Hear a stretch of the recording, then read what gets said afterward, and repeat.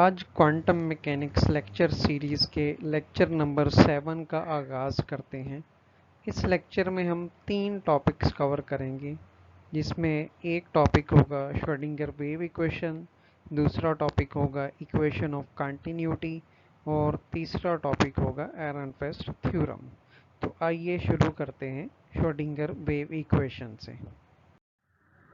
आज के लेक्चर के सबसे पहले मैं आपको लर्निंग ऑब्जेक्टिव्स बता दूं।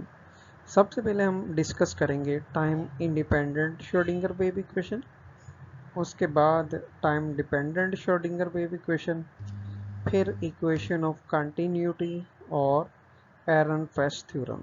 तो ये तीनों जो टॉपिक्स हैं, जिसमें टाइम इंडिपेंडेंट और time dependent Schrodinger wave equation, दूसरा इक्वेशन ऑफ कंटिन्यूटी और तीसरा एरनफेस्ट थ्योरम, इनको बारी बारी हम डिराइव भी करेंगे। Time dependent Schrodinger wave equation derive करने के लिए हम एक प्लेन वेव का मैथमेटिकल फंक्शन कंसीडर करते हैं, यानी कि एक प्लेन वेव को एक कॉम्प्लेक्स मैथमेटिकल फंक्शन से रिप्रेजेंट किया जा सकता है। और वो फंक्शन कैसा होगा? वो कुछ इस तरह से होगा, psi of x and t is equal to a exponential iota के एक्स माइनस ओमेगा टी। तो अब यहाँ पर जो मोमेंटम है P according to de Broglie hypothesis P equal होता है 2 pi h cut by lambda, और जो वेव नंबर है K वो 2 पाई बाय लेमडा की इक्वल है। अगर इन दोनों इक्वेशंस को कंपेयर करें तो wave number in term of momentum equal आ जाएगा K is equal to P by h cut. और इसी तरह से अगर एनर्जी कंसीडर की जाए in term of angular frequency, तो एनर्जी इक्वल होती है E is equal to h cut omega. तो यहाँ से एंगुलर फ्रिक्वेंसी ओमेगा इक्वल आ सकती है E बाय एच कट। तो ये दोनों वैल्यूज़, यानी कि एक wave number K is equal to P by h cut और दूसरी omega is equal to E by h cut, ये दोनों हम रिप्लेस कर देंगे इस कॉम्प्लेक्स वेव फंक्शन में। अगर इस कॉम्प्लेक्स वेव फंक्शन में रिप्लेस की जाए तो वेव फंक्शन की शेप कुछ ऐसी बन जाएगी, psi of x and t is equal to a exponential iota x p minus E t by h cut. तो इस वेव फंक्शन की shape in term of linear momentum and energy कुछ ऐसी बन जाएगी। हमने इस इक्वेशन को इक्वेशन 1 का नाम दे दिया। तो अब इस इक्वेशन को टाइम के रिस्पेक्ट से डिफरेंशिएट करते हैं। अगर वेव फंक्शन साई को टाइम के रिस्पेक्ट से डिफरेंशिएट किया जाए तो ये कुछ ऐसा बनेगा, partial psi by partial t is equal to a exponential iota x p minus E t by h cut into minus iota by h cut E, that is further equal to minus iota by h cut E. और अगर ये सारा देखा जाए, ये जो first factor है ये अगेन वेव फंक्शन साई बन जाता है। तो इसका मतलब ये हुआ कि E psi is equal to iota h cut partial psi by partial t. तो अब जर्नल एक हैमिल्टोनियन कंसीडर करते हैं। हैमिल्टोनियन को लिखा जा सकता है H is equal to t plus v, means kinetic energy plus potential energy. तो काइनेटिक एनर्जी को इस फॉर्म में लिखा जा सकता है p square by 2m plus v, that is further equal to momentum को अगर minus iota h cut partial by partial x put किया जाए तो ये बन जाएगा minus iota h cut square by 2m partial square by partial x square plus v of x. तो further इसको लिखा जा सकता है is equal to minus h cut square by 2m partial square by partial x square plus v of x. तो इसको हम equation number 2 का नाम दे देते हैं। अब इक्वेशन 1 और 2 को कंबाइन करके श्रोडिंगर वेव इक्वेशन, जो कि time dependent Schrodinger wave equation है, वो जनरेट करते हैं। जी, तो अब अगर eigenvalue equation for energy देखी जाए तो उसको लिखा जा सकता है H operator psi is equal to E psi. तो इक्वेशन 1 और इक्वेशन 2 से इनकी वैल्यूज़ यहाँ पर पुट करेंगे। इक्वेशन 1 में वैल्यू दी गई है ई साई की और इक्वेशन 2 में वैल्यू दी गई है एच साई की।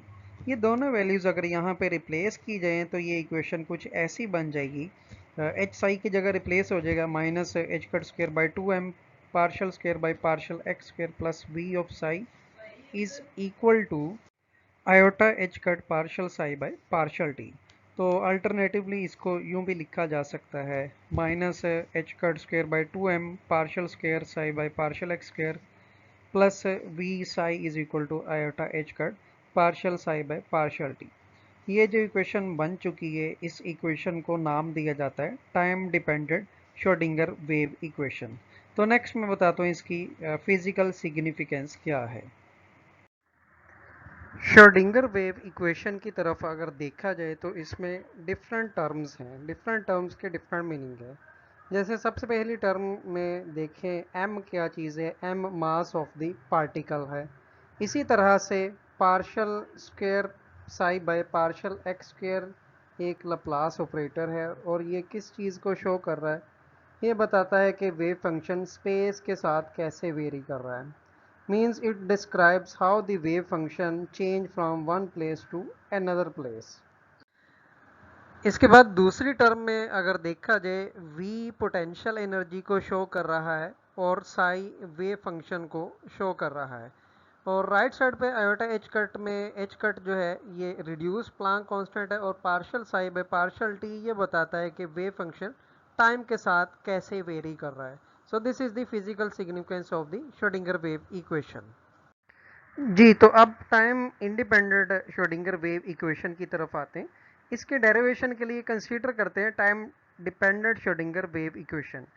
Time dependent Schrodinger wave equation कुछ ऐसे है, minus h cut square by 2m partial square psi by partial x square plus we psi is equal to iota h cut partial psi by partial t. इस equation को equation number 1 का नाम दे देते हैं। तो अब यहाँ पर हम वेव फंक्शन को सेपरेट करेंगे। वेव फंक्शन दो वेरिएबल्स का फंक्शन है, जिसमें एक टाइम है और दूसरा स्पेस फैक्टर है। तो सेपरेशन ऑफ वेरिएबल्स यूज करके वेव फंक्शन को यूं लिखा जा सकता है, psi of x and t is equal to psi of x and phi of t. तो अब यहाँ पर यूं करते हैं कि जो वेव फंक्शन है उसका टाइम और स्पेस के रिस्पेक्ट से डेरिवेटिव लेते हैं। तो अगर स्पेस के रिस्पेक्ट से डेरिवेटिव लिया जाए वेव फंक्शन का, ये कुछ यूँ बन जाएगा, partial square psi by partial x square is equal to 5 partial square psi by partial x square. Similarly partial psi by partial t is equal to psi partial phi by partial t. अब दोनों derivatives की value equation 1 में put कर देते हैं, और उसके साथ साथ कंसीडर करते हैं कि साई जो है सेपरेशन ऑफ वेरिएबल यूज करके साई इंटू फाई की इक्वल है।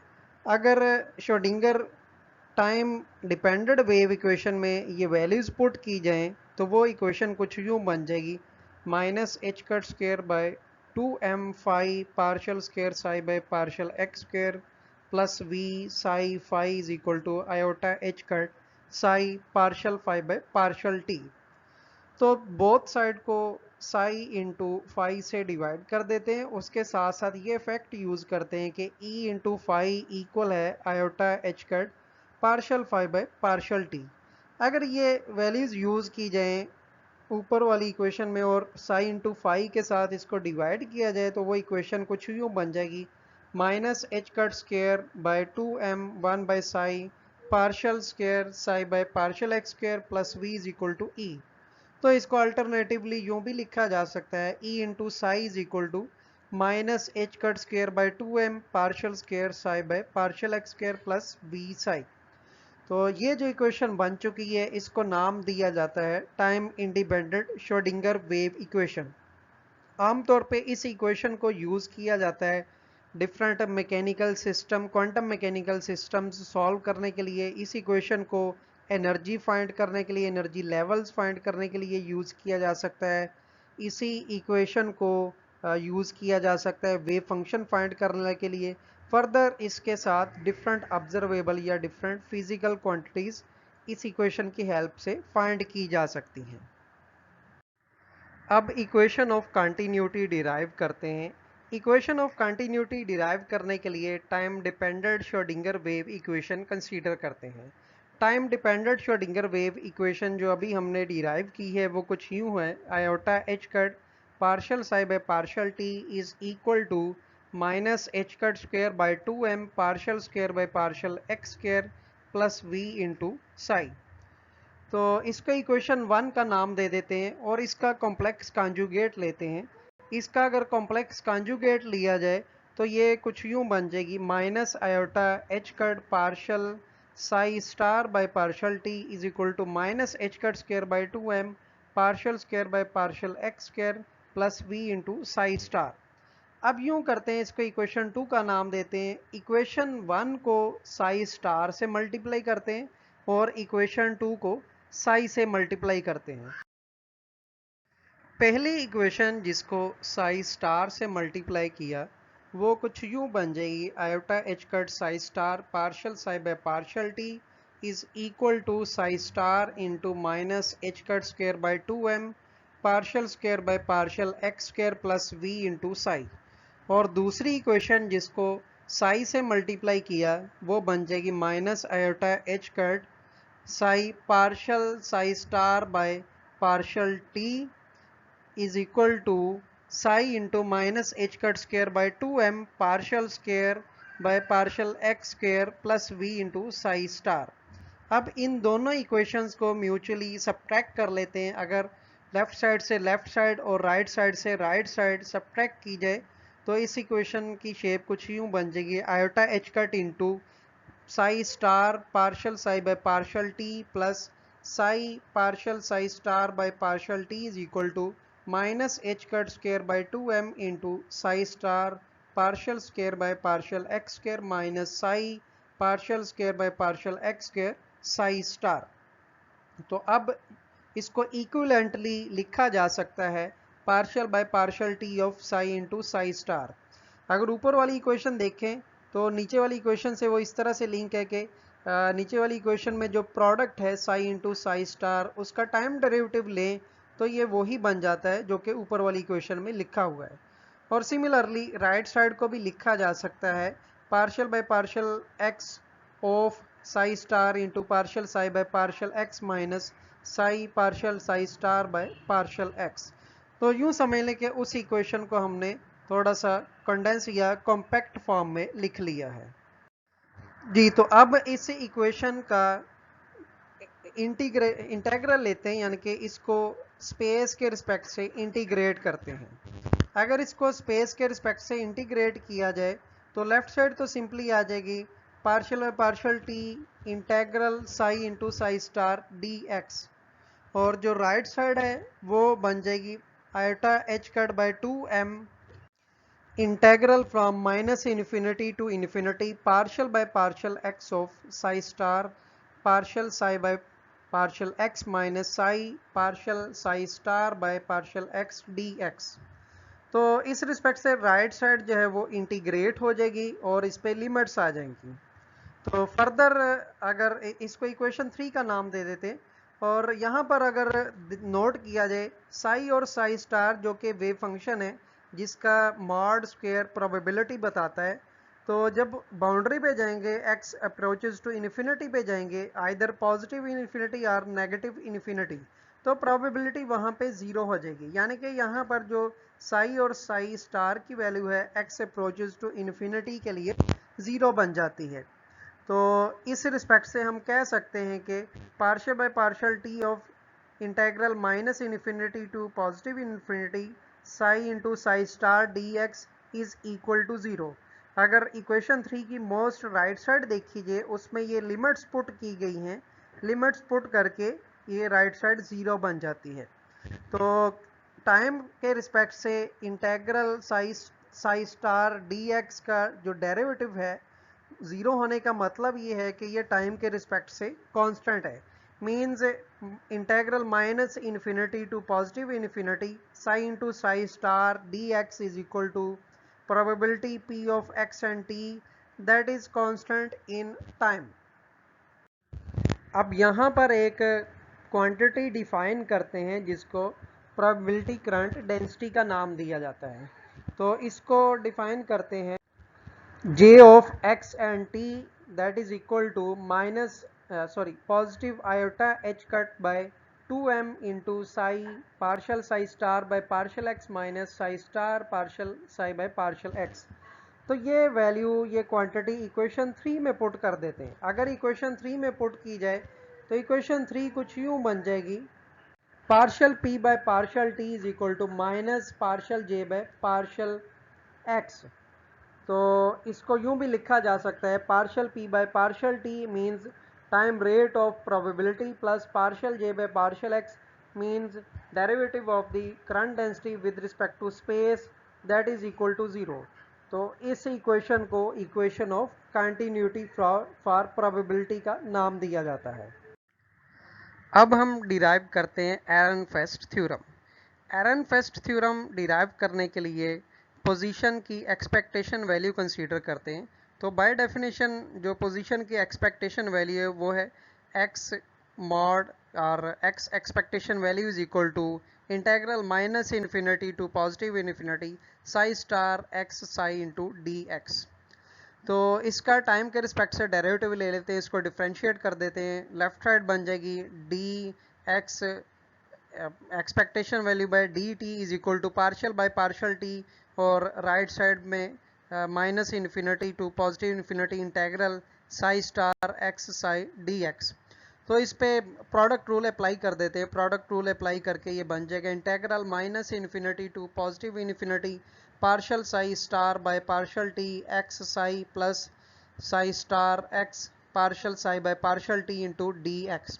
तो अगर time dependent Schrodinger wave equation देखी जाए वो कुछ यूं है, partial psi by partial t is equal to 1 by iota h cut into minus h cut square by 2m partial square by partial x square plus v into psi, और इसका complex conjugate है partial psi star by partial t is equal to minus 1 by iota h cut into minus h cut square by 2m partial square by partial x square plus v into psi star.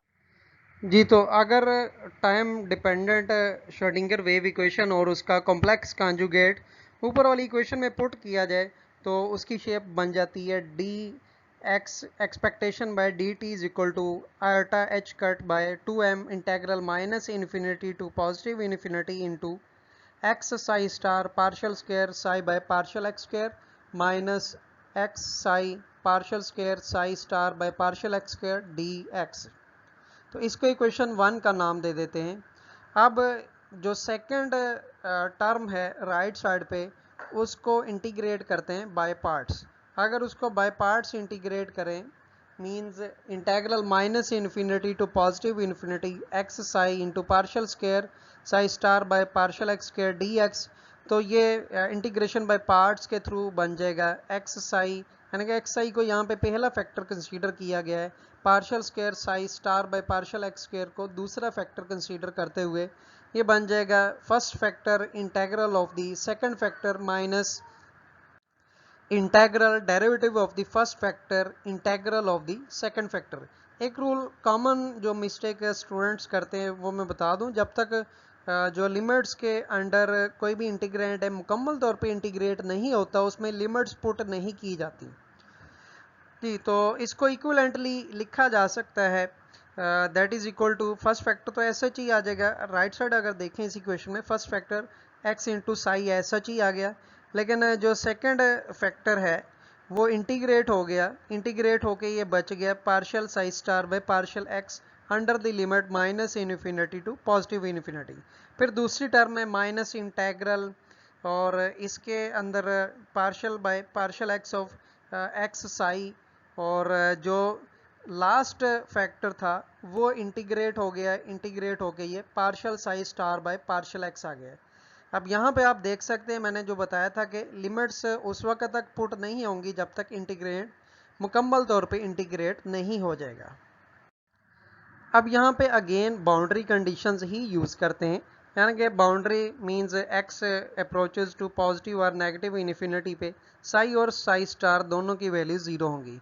अगर इस fact को use किया जाए तो equation 1 की जो हमने second term consider की थी उसको इंटीग्रेट किया था बाय पार्ट्स, वो बन जाएगा, उसकी राइट साइड देखें वो बन जाएगी ज़ीरो। इसमें पहली टर्म जो है वो ज़ीरो हो गई, माइनस जो दूसरी टर्म है उसको अगेन बाय पार्ट्स इंटीग्रेट कर दिया गया है और उसमें partial by partial x x Sai को फर्स्ट फैक्टर कंसीडर किया गया है और partial psi star by partial x को सेकंड फैक्टर कंसीडर किया गया है।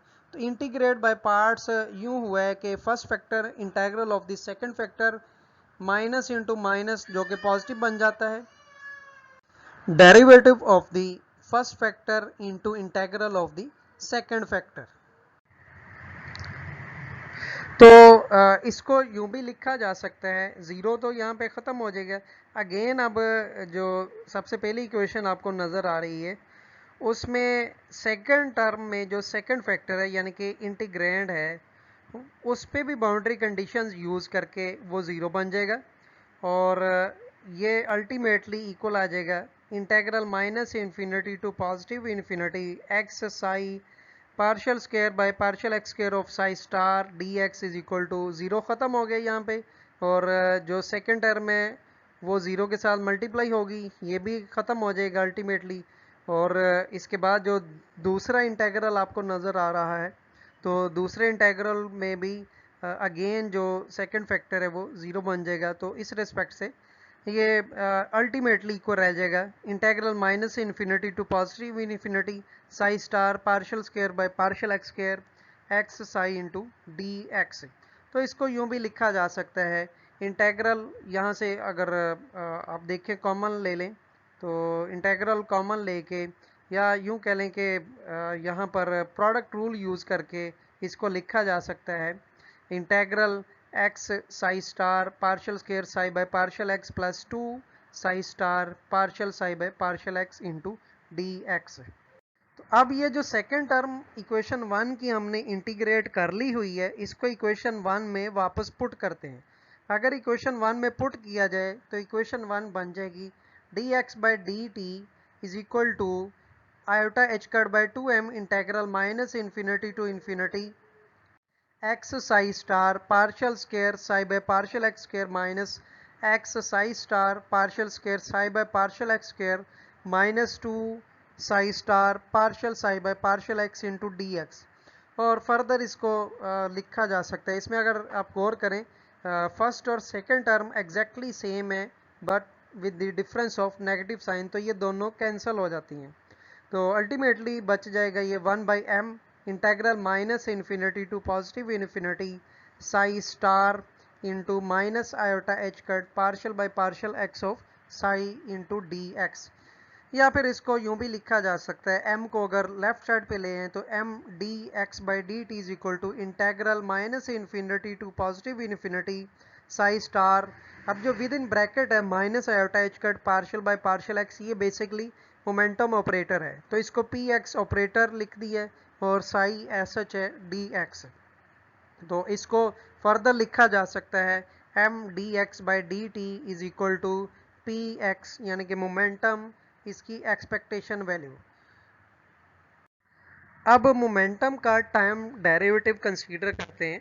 मोमेंटम का अगर टाइम डेरिवेटिव लिया जाए तो ये बनता है d by d t of p x is equal to d by d t integral minus infinity to positive infinity psi star into minus iota h cut partial by partial x psi into d x. और यहाँ पे अगर इसको देखा जाए मज़ीद लिखा जा सकता है minus iota h cut D by d T जो है ये अप्लाई हुआ है जाके तमाम फैक्टर्स पे और ये प्रोडक्ट के तौर पे ओपन हुआ है। तो ये बन जाएगा minus iota h cut integral minus infinity to positive infinity partial psi star by partial t partial psi by partial x plus psi star partial by partial x partial psi by partial t into d x. तो यहाँ पर partial psi by partial t और partial psi star by partial t की जो पहले values हमने consider की थी वो पुट कर देते हैं। अगर ये वैल्यूज़ पुट की जाएँ तो ये बन जाएगा d p x by d t is equal to h cut square by two m integral minus infinity to positive infinity psi star partial by partial x of psi partial square psi by partial x square minus partial square psi star by partial x square partial psi by partial x into d x plus integral minus infinity to positive infinity v psi star by psi star partial psi by partial x minus partial star partial v by partial x into psi into d x. याद रखें यहाँ पर partial psi by partial t की values time dependent Schrodinger wave equation से ली गई हैं और उसमें जो v वाले टर्म्स हैं उसको सेपरेट कर लिया गया है और बाकी टर्म्स को सेपरेट रखा गया है। तो यहाँ पे जो राइट साइड है, राइट साइड पे पहली स्क्वायर ब्रैकेट में जो पहली टर्म है उसको लिखा जा सकता है Sai star partial psi by partial x into partial square psi star by partial x square is equal to partial by partial x of psi star partial square psi star by partial x square minus partial psi star by partial x into partial square psi star by partial x square। और इसी तरह से जो second term है उसको लिखा जा सकता है integral minus infinity to positive infinity v psi star partial psi by partial x minus psi star partial v psi by partial x d x is equal to integral minus infinity to positive infinity psi star of minus partial v by partial x psi into d x.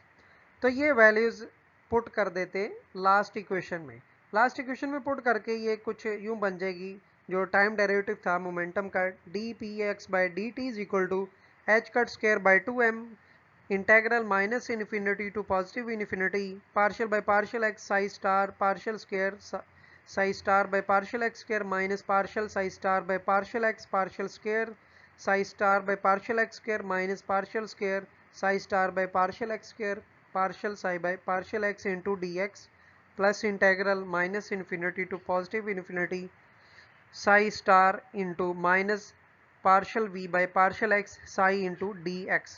या इसको equivalently लिखा जा सकता है d p x by d t is equal to h cut square by 2m integral minus infinity to positive infinity partial by partial x psi star partial square psi star by partial x square minus. अब ये जो ऊपर वाली equation आपको नज़र आ रही है उसमें पहली राइट साइड पे पहली ब्रैकेट में आखिरी जो दो टर्म्स हैं उनको इकट्ठा करके लिखा गया है minus partial by partial x of partial psi star by partial x into partial psi by partial x into d x. और जो लास्ट टर्म है उसको एज एन एक्सपेक्टेशन वैल्यू लिखा गया है तो वो एक्सपेक्टेशन वैल्यू है minus partial v by partial x की। तो इस इक्वेशन में अगर राइट साइड पे फर्स्ट टर्म को इंटीग्रेट किया जाए वो तो बन जाती है ज़ीरो, तो सिर्फ यहाँ पे सेकंड टर्म सरवाइव करेगी। तो इस रिस्पेक्ट से इक्वेशन बन जाती है d p x by d t is equal to minus partial v by partial x expectation value, या अगर देखा जाए मैकेनिक्स के थ्रू तो ये फोर्स एफ एक्स के इक्वल है। तो इस इक्वेशन को एरनफेस्ट थ्योरम का नाम दिया जाता है और ये इक्वेशन जो क्लासिकल मैकेनिक्स में इक्वेशन ऑफ मोशन है उसका इक्विवेलेंट है, यानी कि ये इसका वही रोल है जो कि क्लासिकल मैकेनिक्स में इक्वेशन ऑफ मोशन का है।